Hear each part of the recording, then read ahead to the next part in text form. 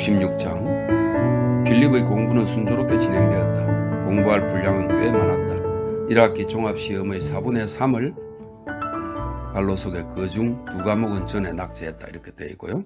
4분의 3을 7월에 한꺼번에 치르려고 했기 때문이다. 그러나 인생은 즐거웠다. 새로운 친구도 생기게 되었다. 모델을 찾던 로선이 어떤 극장에서 대역을 맡아보던 소녀 한 사람을 찾아낸 것이다. 그리고 그녀에게 모델이 되어달라고 설득하기 위해 어느 일요일에 간단한 오찬회를 베풀었다. 그때 소녀가 샤프롱은 사교장에 나가는 젊은 여성의 여성 보호자입니다. 샤프롱으로 한 부인을 데려온다고 해서 이른바 그 상대로 필립도 초대되었다. 필립은 오직 그 부인만을 상대하도록 부탁받았다. 그건 쉬운 일이었다. 얘기해보니 그녀는 무척 유쾌하고 제잘되는 여자였기 때문이다. 필립에게 꼭 한 번 놀러 오라고 했다. 빈센트 스퀘어에 있는 전세방에 사는데 5시에는 언제나 차를 마신다고 했다. 어느 날 필립이 그 집에 갔더니 그녀는 무척이나 반기며 그를 맞아주었다. 기분이 좋아진 그는 그녀의 집을 다시 찾아갔다. 이름은 네스비트 부인, 나이는 25 정도, 몸집이 작고 명랑한 얼굴이었으나 미인은 아니었다. 영리한 눈, 튀어나온 광대뼈, 커다란 입, 극단적인 색의 대조가 어딘지 어느 현대 프랑스 화가 그린 초상화와 비슷했다. 피부는 새하얗고 볼은 새빨갛고 눈썹은 짙었으며 머리카락은 여전히 완전히 새카만 것이 기묘한 인상을 주었는데 좀 부자연스럽긴 했으나 유쾌하지 않을 정도는 아니었다. 남편과는 별거 중이라 했고 삼류 소설을 써서 자기와 아이들의 생계를 꾸려가고 있었다. 근처에는 이러한 종류의 소설을 전문적으로 다루는 출판사가 한두 군데 있어 일감은 얼마든지 있었다. 원고료는 형편없이 싸서 3만 단어의 소설 한 편에 겨우 15파운드였지만 그녀는 만족하고 있었다. 결국 독자는 2펜스만 내면 되니까요. 그녀는 말했다. 그 사람들은 같은 것을 몇 번이나 되풀이해 읽기를 좋아해요. 내가 하는 건 사람의 이름이나 바꾸는 그런 정도죠. 실정이 나면 세탁물이나 방세나 아이들 의복 같은 걸 생각하고 다시 써나가요. 그 밖에 그녀는 극장에 엑스트라 일자리가 있으면 여기저기 무대에도 나갔다. 일만 있으면 이것으로도 일주일에 16실링에서 1기니는 벌었다. 하루가 끝나면 그녀는 피로하여 정신없이 잤다. 저 괴로운 생활을 이렇게 겨우 꾸려나가고 있는 것이다. 그녀는 유머와 재치가 있고 아무리 괴로운 지경에 처해도 늘 즐거움을 발견해냈다. 어떤 때는 불경기로 돈 한 푼 못 벌 때도 있는데 그러면 몇 안 되는 소유물들을 복스홀 브릿지 거리의 전당포에 맡기고 다시 주머니 사정이 나아질 때까지 버터 바른 빵만을 먹곤 했다. 그러나 결코 명랑한 만은 잃지 않았다. 그럭저럭 임시로 꾸려나가는 생활이긴 했지만 필립에게는 흥미가 있었다. 게다가 그녀는 곧잘 어이없는 고생 이야기를 해서 필립을 웃겼다. 왜 순수 문학을 하지 않느냐고 물어본 일이 있었는데 그녀는 자기가 재능이 없다는 것을 알고 있었다. 그리고 하루에 몇천 자라는 속도로 아무렇게나 써갈기는 것이 나쁜 짓인 줄은 알지만 돈벌이로는 의외로 좋을 뿐만 아니라 그녀가 할 수 있는 일 가운데서는 가장 낫다고 말했다. 하여튼 현재의 생활을 겨우 이어나가는 것 말고는 장래의 희망 따윈 조금도 없었다. 친척도 없는 것 같았고 친구들이 있다고 해도 그녀와 똑같이 가난뱅이들 뿐이었다. 장래는 생각해서 뭘 하겠어요? 세 주일분을 방세와 그리고 식비 1, 2파운드만 있으면 조금도 걱정할 것 없어요. 현재도 무엇한데 장래까지 걱정하면 너무 살맛이 안 나요. 어떻게든 되는 수가 있으니까요. 어느 틈에 필립은 날마다 그녀의 방에서 차를 마시게 되었고 폐를 끼치지 않기 위해 과자며 버터며 때로는 홍차 같은 것도 사들고 갔다. 서로 세례명으로 부르게도 되었다. 여자에게 동정을 받기는 이번이 처음이었는데 여러 고민에 즐겨 귀 기울여줄 상대가 생겼다는 것은 정말 기쁜 일이었다. 시간은 꿈처럼 흘렀다. 그녀에 대한 감탄을 그는 더는 감출 수가 없었다. 즐거운 이야기 상대였다. 밀드레드와 비교해서 생각하지 않을 수가 없었다. 밀드레드가 자신이 모르는 것에는 조금도 흥미를 나타내려고 하지 않는 완고한 우둔성을 가지고 있는 것에 반해 노라는 재빠른 이해력과 총명함을 가지고 있었다. 자칫 했으면 밀드레드 같은 여자와 일생의 인연을 맺을 뻔한 것을 생각하면 그는 가슴이 내려앉았다. 어느 날 그는 밀드레드와의 내력을 노라에게 전부 털어놓았다. 어느모로 보나 결코 명예로운 이야기라고는 할 수 없었는데도 다행히 그녀는 정말 따뜻한 동정을 베풀었다. 이야기가 끝나자 그녀는 하지만 관계를 끊어서 오히려 잘 됐잖아요 하고 말했다. 에브딘 종 강아지같이 언제나 머리를 한쪽으로 약간 기울이는 기묘한 버릇이 있는 그녀가 반듯한 의자에 앉아 바느질을 하고 있었다. 노는 틈이라고는 조금도 없었다. 필립은 그녀의 발밑에 편안히 기대어 앉아 있었다. 그래요. 이 문제가 처리되어 얼마나 고마운지 모르겠어요. 그는 자기도 모르게 한숨을 쉬었다. 딱하게도 얼마나 괴로웠을까 중얼거리듯 말했다. 그리고 동정을 나타낼 생각이었는지 한 손을 그의 어깨에 얹었다. 그는 그 손을 잡고 키스했다. 여자는 재빨리 손을 뺐다. 그리고 얼굴을 붉히고 물었다. 왜 그런 짓을 하세요? 하면 안 됩니까? 순간 여자는 눈을 빛내며 그를 보았다. 그리고 가볍게 미소 지었다. 아니에요. 그런 건 아니지만. 그는 일어나 맞았었다. 여자는 그윽히 그의 눈을 쏘아보았다. 큼직한 입이 미소로 떨리고 있었다. 왜 그래요? 여자가 물었다. 당신은 훌륭한 여자 같아요. 정말. 바보 같은 말 하지 말아요. 필립은 여자의 두 팔을 잡아 가만히 끌어당겼다. 그녀는 몸을 내맡긴 채 약간 수그렸다. 그는 새빨간 입술에 키스했다. 왜 이런 짓을 하세요? 여자는 물었다. 기분이 무척 좋으니까요. 여자는 아무 말도 하지 않았다. 그러나 눈은 부드럽게 빛나고 있었다. 한 손으로 조용히 그의 머리를 쓰다듬었다. 이런 짓을 해서 당신 어떻게 할 참이에요? 우리는 그냥 좋은 친구가 아니었어요? 그대로 지내는 편이 훨씬 즐겁지 않을까요? 하지만 당신이 제 양심에 정말로 호소하시겠다면 한편으로 저의 이마를 어루만지는 그런 짓을 하지 말아야 할 게 아닙니까? 여자는 어색하게 웃었다. 그러나 애모하는 손은 여전히 멈추지 않았다. 그녀가 말했다. 제가 나빴을까요? 필립은 조금은 놀라고 흥미 가득한 기분으로 여자의 눈을 뚫어지게 바라보았다. 어느덧 그 눈은 촉촉하게 젖어 부드럽게 빛나고 있었다. 그것은 무어라 나타낼 수 없는 매혹적인 표정이었다. 그의 가슴은 무섭게 뛰고 눈물이 핑 돌았다. 노라, 당신은 나 같은 건 하찮게 여기시죠? 뭔가 꿈이라도 꾸는 듯한 투였다. 어머, 당신같이 영리한 분이 왜 그런 바보 같은 질문을 하죠? 하지만 당신이 나를 좋아하리라고는 도무지 생각할 수 없었어요. 그 말을 하면서 그는 두 팔을 벌려 껴안았다. 여자는 웃고 얼굴이 빨개져 소리를 지르면서도 그의 포옹에 기꺼이 몸을 내맡겼다. 이었고 그는 여인을 떼놓자 마룻바닥에 그냥 주저앉으며 의아스러운 듯 여자를 바라보았다. 아, 이제 못하겠다. 왜요? 놀랐어요, 정말. 그리고 기분이 좋았어요. 정말 좋았어요. 그는 진심으로 소리쳤다. 그리고 이 자랑, 이 행복, 이 감사. 그는 여자의 손을 잡고 마구 키스를 퍼부었다. 그리고 이것이 필립에게는 이분이야말로 길고 확고한 행복의 길로 접어드는 계기인 듯 했다. 두 사람은 애인이 되기는 했으나 여전히 친구이기도 했다. 노라에게는 어떤 모성 본능이 있어 필립을 사랑함으로써 그것을 채우고 있었다. 말하자면 누군가 애모하고 꾸짖고 떠들어댈 상대가 그녀에게는 필요했던 것이다. 가정적인 성품도 있어 그의 건강이며 속옷의 뒷바라지를 무척 즐거워했다. 그는 언제나 신경 쓰는 불구도 깊이 동정했고 또 그 동정은 어디까지나 그녀의 본능적인 따뜻한 마음에서 우러나왔다. 그녀는 젊고 활기 있고 건강했다. 그녀가 사람을 사랑하는 데는 조금도 부자연스러움이 없었다. 또 기운차며 명랑하기도 했다. 필립을 사랑한 것은 첫째로 그녀가 흥겨워하는 인생의 즐거움이나 행복에 그도 함께 웃어준다는 것에 있었지만 역시 무엇보다 중요한 이유는 필립이라는 인간 그 자체였다. 언젠가 그런 말을 그녀가 하자 그는 즐거운 듯 웃으며 말했다. 농담이겠죠. 당신은 내가 말이 없어 결코 입을 열지 않으니까 그래서 좋아하는 거겠죠. 사랑한다는 느낌은 필립에게는 없었다. 그녀와 함께 있는 것이 즐겁고 그녀의 이야기가 재미있고 그냥 좋아서 견딜 수 없을 뿐이었다. 그녀 덕택에 그는 자신을 되찾고 이른바 영혼의 상처에도 향유를 바른 셈이 되었다. 그녀에게 사랑받는다는 것이 한없이 자랑스러웠다. 그녀의 용기, 천성, 운명에 대한 반항, 그러한 것들에 그는 감명받았다. 그녀는 그녀대로의 철학, 정말 솔직하고 실제적인 철학을 세워놓고 있었다. 전 교회니 목사니 하는 것은 요만큼도 믿지 않아요. 그래도 하나님만은 믿어요. 하지만 하나님도 우리 인간들이 제대로 훌륭하게 살아가고 만일 절름발이 개가 청개 밑에서 어떨 줄 몰라 하면 도와서 올라가게 해준다든지 그런 정도의 일만 하면 나머지는 우리에게 이래라 저래라 간섭하지 않아요. 그리고 인간이란 또 대개가 친절하고 착한 게 아니에요.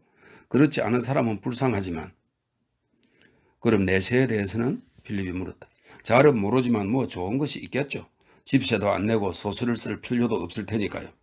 그녀는 웃으면서 말했다. 역시 여자인 만큼 교묘하게 비율을 맞추는 데는 능숙했다. 그녀는 필립이 도저히 위대한 화가가 될 가망이 없음을 깨닫고 파리를 떠난 것이 무척 용기 있는 일이라며 칭찬해 주었다. 그리고 최상의 말로 칭찬받았을 때는 그도 무척 기분이 좋았다. 그는 지금까지 자기의 그 행동이 용기에서 비롯된 것인지 아니면 의지박약이 원인인지 알지 못했던 것이다. 그런데 이제 그녀로부터 영웅적인 행위라는 말을 듣자 몹시 기쁠 따름이었다. 다른 친구들 같으면 본능적으로 회피하려는 화제에도 그녀는 서슴없이 뛰어들었다. 그 저는 발에 그렇게 신경 쓰는 건 바보 같은 짓이에요.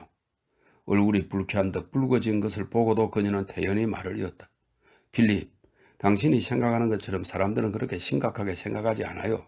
물론 처음 만날 때는 눈에 띄지만 곧 잊어버리고 말아요. 그는 대답하고 싶지 않았다. 왜 화나셨어요? 네. 여자의 팔이 그의 목을 감았다. 아시겠죠? 전 당신을 사랑하기 때문에 이런 말을 하는 거예요. 이런 것으로 당신이 불행해진다면 전 정말 싫어요. 당신이라면 무슨 말을 해도 괜찮아요. 내가 당신에게 얼마나 고마워하는지 보여주고 싶군요. 그는 웃으며 대답했다. 그녀는 또 다른 방향으로 그를 곧잘 휘어잡았다. 거칠고 난폭한 태도는 취하지 못하게 했고 그가 화를 내면 깔깔대고 웃었다. 그녀는 그를 예의 바른 인간이 되도록 가르쳤다. 성격이 엄청 좋다, 그죠? 난 당신 말이라면 뭐든지 다 듣겠어요. 언젠가 이렇게 말한 일이 있다. 정말 그래요? 그렇고 말고 난 뭐든지 당신이 하라는 대로 하고 싶어요. 바보는 아니므로 그는 자기의 행복을 잘 알고 있었다.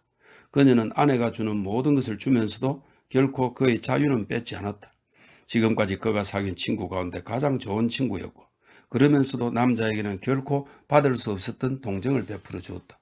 성적 관계는 두 사람의 우정에서 다만 가장 강한 연결에 지나지 않았다. 다시 말해서 그것은 우정에 대한 이른바 최후의 핵심임은 틀림없었지만 본질은 아니었다.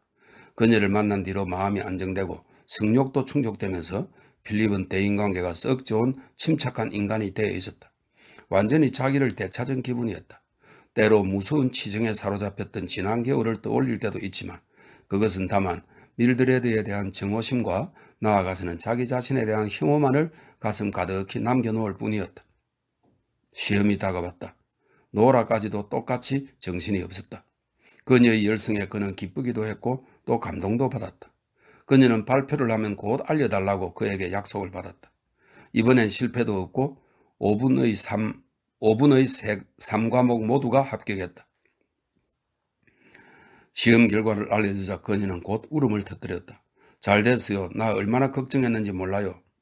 바보같이 울기는. 필립은 웃었지만 목이 메는 것을 느꼈다. 그렇게까지 좋아해 주는 것을 같이 즐거워하지 않을 인간이 어디 있겠는가. 그래, 이제부터는 어떻게 할 작정이세요? 이번엔 마음 푹 놓고 놀려고요. 10월에 겨울 학기가 시작될 때까지는 아무것도 할 일이 없으니까. 블랙스테이블 큰아버님 댁에 갈 테죠?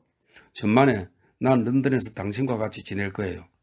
하지만 역시 다녀오는 게 좋을 거예요. 왜? 이제 내가 싫어졌어요? 여자는 웃고 양손을 그 어깨에 얹었다. 아니에요. 당신 너무 공부만 해서 지쳤기 때문이에요. 신선한 공기도 좀 마시면서 쉬고 와야 해요. 다녀오세요. 그는 잠시 대답하지 않았다. 그리고 황홀한 눈으로 여자를 바라보았다. 당신 아닌 딴 사람이 그런 소리를 했다면 난 결코 믿지 않았을 거예요. 하지만 당신은 오직 나만을 생각해 주니까. 대체 내 어디가 그렇게 좋죠? 이왕이면 제 인물평까지 아주 해주세요. 여자는 명랑하게 깔깔 웃었다. 그래요. 분별 있고 친절하고 그러면서도 결코 남에게서 많은 것을 바라려 하지 않죠. 사람을 괴롭히지도 않고 귀찮게 하지도 않으면서 자기 분수를 지킨다거나 할까? 바보, 형편없군요. 하지만 이것만은 말할 수 있어요. 나라는 여자는 내가 아는 한 경험에서 배울 줄 아는 극히 드문 인간 가운데 하나라고요. 67장.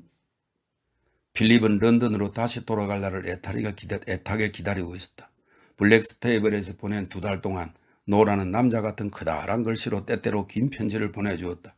편지에는 매일 일어나는 자질구레한 일들, 예를 들어 주인집의 가정 싸움 중에 웃음이 터져 나오는 이야기며 무대 연습 중에 일어난 우스꽝스러운 싸움. 갈로 속에 설명이 되는데 런던 어느 극장에서 꽤 인기를 얻고 있는 쇼에 그녀가 출연 중이었다. 이렇게 출연하고 있었네. 우스꽝스러운 싸움 얘기. 무대 연습 중에 일어난 우스꽝스러운 싸움 얘기. 출판사와의 기묘한 신경전 같은 얘기가 아주 재미있게 쓰여 있었다. 필립은 주로 독서로 시간을 보냈지만 해수욕도 하고 테니스도 치고 요트를 타기도 했다. 10월 초에는 다시 런던으로 돌아와 제2기 종합시험 준비를 시작했다. 어떻게든 합격하고 싶었다.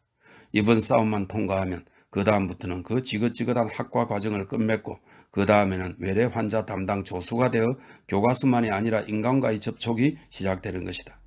노라와는 매일 만났다. 로우스는 한여름을 수영장에서 보내며 항구와 해안을 꽤 많이 스케치했다. 초상화를 2개나 주문받아 놓아서 빛이 나빠져 그림을 그릴 수 있을 때까지는 런던에 머무르기로 되어 있었다. 헤이워드도 런던에 있으면서 아무 때고 겨울이 되면 외국으로 가겠다고 하며 결단을 내리지 못한 채 일주일이나 머뭇거리고 있었다. 그는 이 2, 3년 동안에 갈로 속에 처음 하이델베르그에서 만난 것은 벌써 5년 전이다. 이렇게 됐네요. 그러네요. 벌써 그렇게 되었겠네. 이 2, 3년 동안에 완전히 살이 붙고 머리는 어느새 대머리가 되어 있었다. 게다가 그것에 무척 신경을 써 길게 기른 머리로 머리 꼭대기의 보기 흉한 부분을 깨끗이 감추고 있었다. 그의 한 가지 위로거리는 앞 이마 근처가 아주 훌륭하게 보이는 것이었다. 푸른 눈은 빛을 잃어서 흐리멍덩했고 입가도 청춘의 발랄함을 잃어 윤기가 없었다. 장래의 계획만을 여전히 늘어놓았지만 옛날의 그 확신은 도무지 찾아볼 길이 없었다. 이제는 친구들도 그의 말을 믿지 않는다는 것을 그도 알고 있었다. 위스키 2-3잔만 마시면 그는 서글픈 푸념을 늘어놓았다. 난 패배자야. 야만적인 생존 경쟁에는 맞지 않는 인간이야. 내가 할 수 있는 일이란 단지 길가에 비켜서서 이득을 찾아 다투며 지나가는 저속한 무리에게 길을 터주는 것뿐이야. 헤이워드는 성공보다 실패가 무언가 훨씬 정교하고 아름다운 것이란 인상을 주었다. 확실히 입 밖에 내어 말은 하지 않지만 그의 무관심과 냉담성은 하나의 풍속, 즉 저속한 것에 대한 혐오에서 생긴 것 같았다. 그는 아주 아름다운 말로 플라톤을 설명했다. 당신의 그 플라톤도 그럭저럭 졸업한 줄 알았는데요. 실정이 난 필립이 말했다. 그래? 그는 눈썹을 치켜세우며 되물었다. 그러나 필립은 계속할 기분이 나지 않았다. 요즘 와서 그가 발견한 것은 침묵이 무엇보다 강한 위험을 지닌다는 것이었다. 같은 것을 그렇게 몇 번이나 되풀이해 읽어 무슨 소용이 있겠어요. 결국은 부지런한 태만, 그런 게 아닐까요? 그럼 자네의 머리는 어떤 심오한 사상가도 한 번만 읽으면 다 이해할 수 있나? 아니, 난 플라톤을 이해하고 싶지 않아요. 난 비평가가 아니에요. 내가 그에게 흥미를 보이는 것은 그를 위해서가 아니라 오직 나 자신을 위해서죠. 그럼 왜 책을 읽지? 하나는 재미로, 즉 습관이니까요. 담배를 피우는 거나 마찬가지죠. 읽지 않으면 꼭 담배를 피우지 않을 때처럼 뭔가 기분이 나쁘다니까요. 그 다음 이유는 나를 알기 위해서예요. 나는 책을 읽을 때 오직 눈으로만 본다고 할 수 있어요. 그러노라면 때로 나한테만 의미가 있는 한 구절에 부딪히게 되죠. 아니, 한 구절이 아니라 한 마디에 지나지 않을 때도 있어요. 그리고 그것이 바로 내 몸의 피와 살이 되는 거예요. 나는 책 속에서 내게 필요한 것만을 섭취해요. 그러니 여러 번 되풀이해 읽는다고 해서 그 이상의 것이 나올 리가 있겠어요? 난 그렇게 생각해요. 결국 인간이란 벌어지지 않은 꽃봉오리 같은 것이 아닐까. 책을 읽고 어쩐다고 그게 어떻게 되는 건 아니죠. 그러나 때로 어떤 사람에게는 아주 특별한 의미를 지닌 것이 나와요. 그것이 꽃잎을 벌어지게 하는 거죠. 하나씩 꽃잎이 벌어지다가 결국 활짝 피는 거지요. 이 비유는 필립 자신도 크게 만족스럽지 않았다. 그러나 그것 말고는 그가 느끼면서도 확실히 알 수 없는 어떤 생각을 제대로 설명할 방법이 얼른 떠오르지 않았던 것이다. 자넨 곧잘 무엇을 해보려고 하고 무엇이 되어보려고 하는데 그게 바로 속물건성이란 거야. 헤이워드가 어깨를 으쓱하며 말했다. 필립은 헤이워드라는 친구를 잘 알고 있었다. 그는 자만심이 강하므로 모두들 그 감정이 상하지 않도록 끊임없이 신경 써야만 했다. 그는 게으름과 이상주의를 한때 섞어 그것을 구별조차 못하는 남자였다. 어느 날 그는 로우슨의 아틀리에에서 한 저널리스트와 만났다. 그 남자는 헤이워드의 얘기에 홀딱 반했다. 일주일쯤 지나자 신문사 주간 이름으로 그에게 무언가 비평 기사를 써달라는 부탁이 왔다. 그런데 그는 쓸까 말까 하는 것 때문에 결심이 서지 않아 무려 48시간을 죽도록 고심했다. 이런 종류의 일을 하고 싶다고 계속 떠들이댄 처지에 딱 잘라 거절할 배짱도 없고 그렇다고 막상 일을 하려니 용기가 나지 않았던 것이다. 결국에는 거절하고 나서야 마음을 놓았다. 내 일에 방해가 되었을 거야. 그는 필립에게 말했다. 일이라니 무슨 일? 필립은 잔인했지만 물었다. 내 내적 생활 말이야. 그리고 그는 그 아미엘 교수에 대해서 멋진 말로 이야기하기 시작했다. 그는 제네바 대학 교수로서 그 총명과 재기로 큰 성과를 내리라 기대되었으나 끝내는 시련을 거두지 못한 사람이었다. 그 실패의 이유는 그가 죽은 뒤 그 유고 가운데서 발견된 자세하면서도 훌륭한 일기를 통해 단번에 밝혀졌다. 헤이워드는 수수께끼 같은 미소를 띄었다. 그러나 그는 지금도 책에 대해서라면 무척 재미있게 얘기할 수 있었다. 취미는 고상하고 감상력도 뛰어났다. 그리고 사상에 대해서도 늘 깊은 흥미를 보여서 말 상대로는 나무랄 데 없이 재미있는 친구였다. 그러나 그에게는 어떤 사상도 없는 거나 마찬가지였다. 아무런 사상의 영향도 받지 않았기 때문이다. 마치 세리시에 가서 도자기라도 만지듯 그는 사상을 다뤘다. 손에 들고 모양이며 광택을 즐기고 마음속으로 값까지도 매겨보지만 다음엔 다시 상자에 넣은 채 영영 잊어버리고 마는 것이다. 그러면서도 때때로 아주 멋진 발견을 해 보이는 것과 다름 아닌 헤이워드였다. 어느 날 밤 꽤 긴 설명을 한 뒤 그는 필립과 로선을 데리고 비크 거리에 있는 어떤 술집으로 갔다. 그곳은 단순히 술집으로 또 역사적 유서가 있다는 점에서 설명이 되어 있네요. 18세기적 영광의 추억이 남아있어 그것이 낭만적 상상을 자극했다. 분위기가 그랬다는 거죠. 또 역사적 유서가 있다는 점에서 멋질 뿐만 아니라 런던에서 제1이라는 코담배와 펀치술로도 널리 알려진 곳이었다. 헤이워드는 두 사람을 길고 커다란 방으로 안내했다. 때가 좀 묻긴 했지만 아주 훌륭한 벽에는 커다란 나부상이 몇 폭 걸려 있었다. 모두 헤이든, 영국의 역사화가입니다. 모두 헤이든 화풍의 거대한 풍자화였는데 런던의 독특한 연기와 가스와 기후로 마치 옛날 거장의 작품이라도 되는 듯 운치를 자아내고 있었다. 검은 판벽, 거대한 금박, 마호가니 테이블 따위는 꽤 화려했으며 벽을 따라 늘어놓은 가죽 입힌 소파도 아주 부드러워 앉기에 기분이 좋았다. 입구 반대편 테이블 위에 숫양의 머리가 놓여있고 유명한 코담배가 그 속에 들어있었다. 그들은 펀치를 주문해 마셔보았다. 그것은 럼주의 핫펀치였다. 그 향긋한 맛은 어떻게 말로 다 나타낼 수가 없었다. 이런 의유가 부족한 소설의 형용사로는 도저히 미치지 못하는 것이었다. 흥분된 공상 속에도 찬란한 조사, 보석이라도 아로새긴 것 같은 이국적 미사여구, 그러한 것들이 자기도 모르게 떠올랐다. 피는 뜨거워지고 머리는 맑아지고 행복에 흠뻑 취하게 해주었다.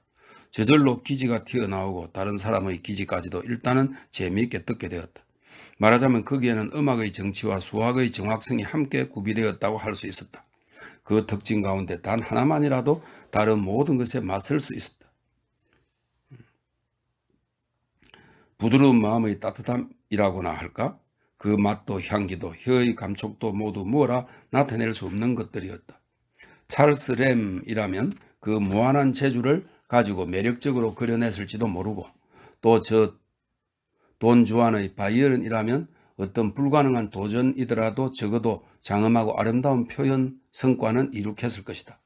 마찬가지로 오스카 와일드라면 비잔티움의 비단을 장식하는데 이스판은 페르시아 도시명이네요.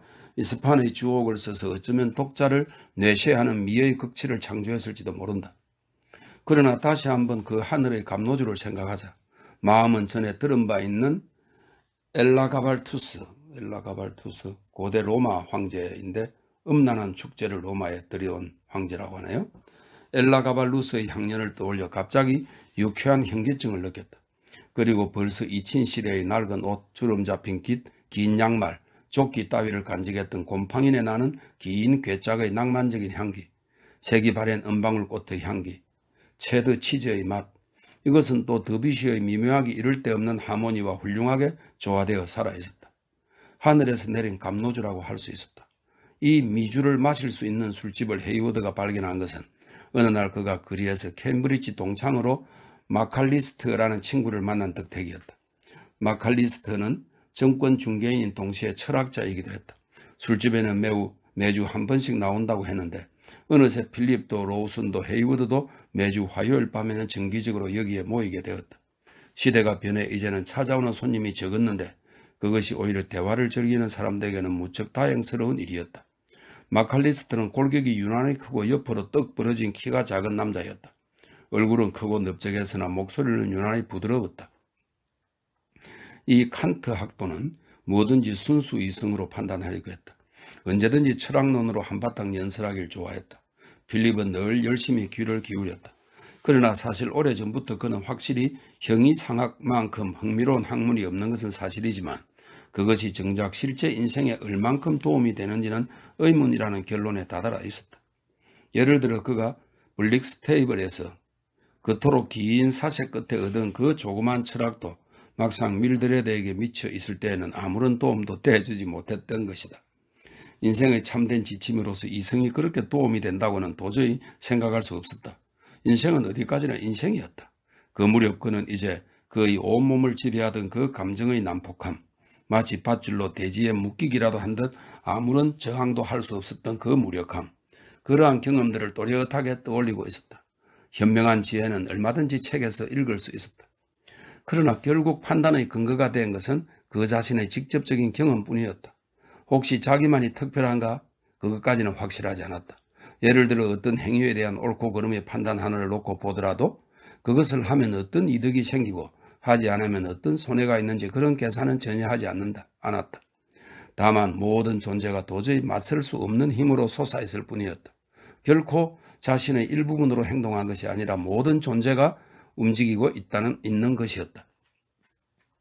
그를 지배하고 있던 힘은 아무리 생각해도 이성과는 아무런 관계가 없는 것이었다. 이성이 한 역할이라고는 다만 그의 온몸과 마음이 욕구하는 바를 어떻게 손에 넣는가 하는 방법을 제시해 주는 것뿐이었다. 마칼리스트는 말을 끄집어냈다. 그건 자네의 모든 행위가 만인의 행위에 대해 보편적인 법칙이 되도록 하라. 그런 것이지. 그런데 그게 저한테 완전히 당차는 말로밖에 생각되지 않습니다. 무척 대담한 친구인데 적어도 임마누엘 칸트의 말에 그런 식의 토를 달다니. 다른 사람이 한 말을 다시 존경한다는 것은 더 바보 같은 얘기가 아닙니까? 어처구니 없게도 존경이 너무 지나칩니다. 칸트는 그것이 진리이므로 그렇게 생각한 것이 아닙니다. 그보다는 오히려 그가 칸트이기 때문에 그렇게 생각했다 하는 편이 더 타당하지 않을까요? 과연 그렇다면 지상명령에 대한 자네의 이견이란 대체 뭐지? 즉 이런 얘기겠죠. 사람은 누구나 의지의 힘으로 자신의 행동을 선택한다. 다시 말해서 이성이야말로 가장 확실한 안내자라는 것이죠. 그런데 이성의 명령이 어째서 정념의 명령보다 위라고 단정할 수 있죠? 두 개는 각각 다른 겁니다. 내 얘기는 이것뿐이에요. 어쩐지 자네는 정념의 노예로 만족하는 것 같구먼. 노예일지도 모르죠. 하지만 그것은 도저히 어쩔 수 없기 때문이지 결코 만족해서가 아닙니다. 필립은 웃었지만 말하면서 문득 밀드레드를 따라 헤맬 때의 그 미친 듯한 감정을 되새겨 보았다. 그때 그는 그것에 대해 얼마나 세차게 반항했던가, 또 자기의 비열함을 얼마나 통탄했던가. 그러나 고맙게도 그런 것을 완전히 잊어버렸다. 그는 혼자 생각했다. 그러나 그렇게 말하면서도 과연 지금 한 말에 거짓이 없는가 하는 점에는 자신이 없었다. 감정에 사로잡혀 있을 때는 이상할 정도로 활기에 차고 그의 정신은 놀랄 만큼 강했기 때문이다. 지금보다 훨씬 발랄했고 다만 살아있다는 것만으로도 흥분을 느꼈고 왕성한 영혼의 연소가 있었다. 그것과 비교해보면 지금의 생활은 어딘가 조금 침체된 면이 있었다.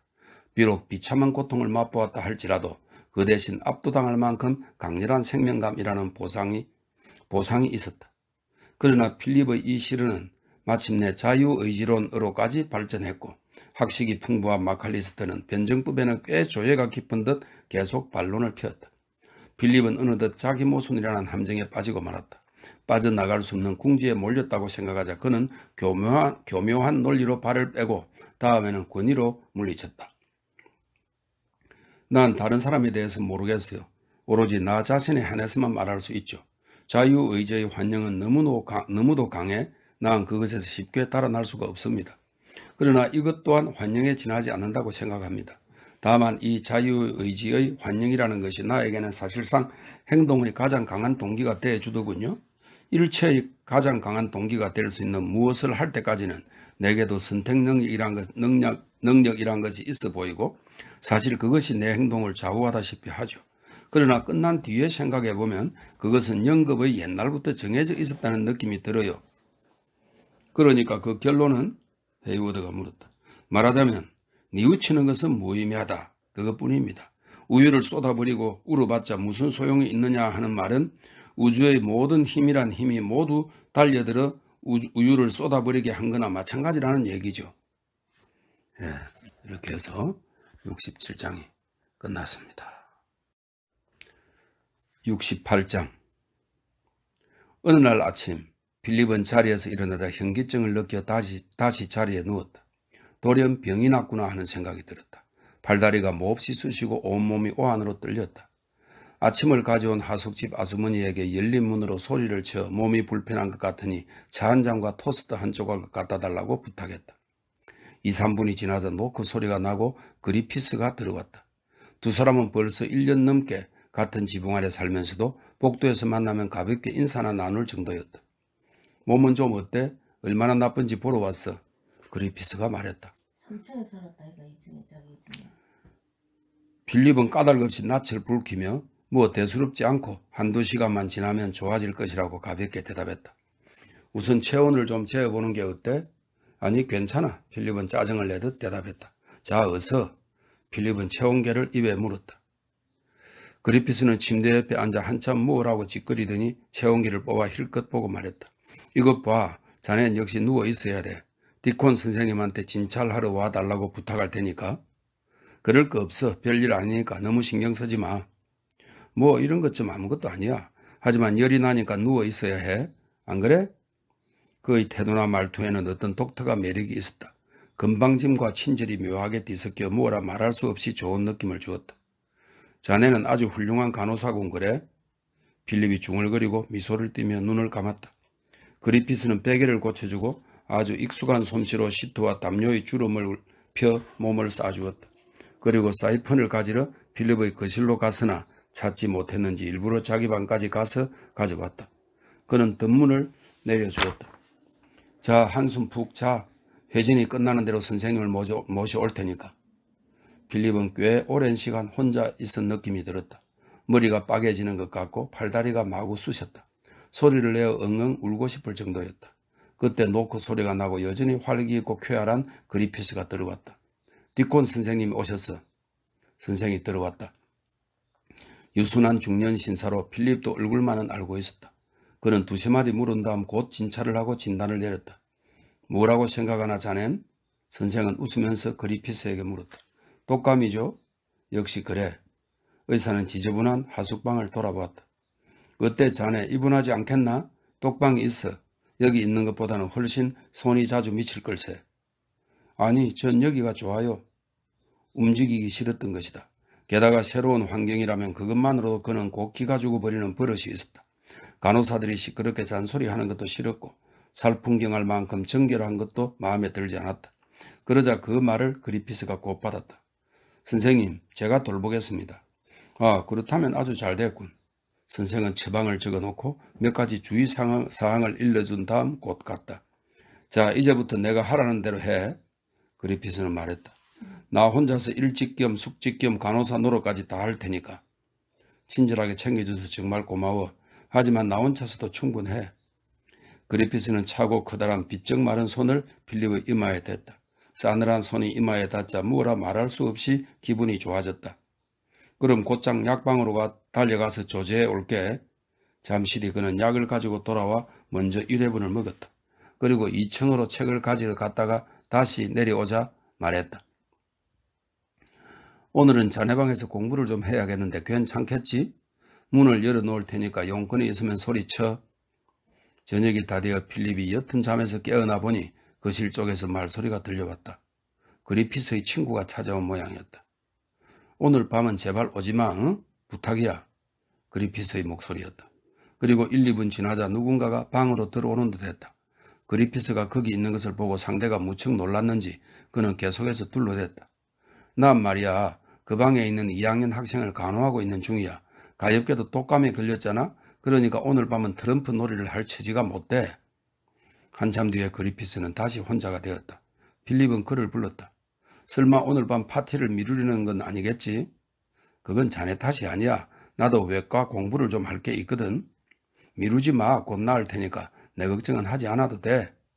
알겠어. 그러나 병세는 더욱 나빠졌다. 밤이 되자 의식이 약간 몽롱해지고 헛소리까지 했는데 새벽녘에야 겨우 괴로운 잠에서 깨어 눈을 떴다. 언뜻 보니 그리피스가 팔걸이 의자에서 일어나 마룻바닥에 쪼그리고 앉아 석탄 덩어리를 한 개 한 개 손으로 집어 난로 속으로 던져넣고 있었다. 파자마 위에 가운을 걸친 모습이었다. 뭐라고 있어? 깼네. 그냥 조용히 불을 지피려고.